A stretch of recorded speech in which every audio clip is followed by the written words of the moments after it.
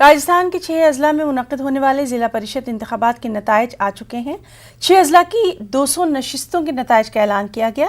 BJP ने 90, कांग्रेस ने 99, BSP ने 3 और आज़ाद उम्मीदवार ने 8 सीटों पर कामयाबी हासिल की। जयपुर जिला परिषद में कांग्रेस का जिला सरबराह बनेगा। कांग्रेस 27 वार्डों में जीत हासिल कर चुकी है।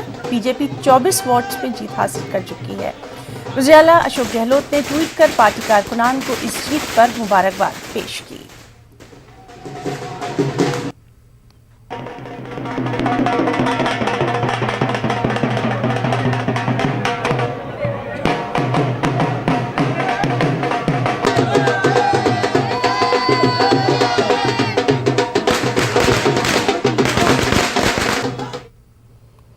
मुल्क भर में कोरोना के 42,000 से ज्यादा नए मामलों की तस्दीक हुई।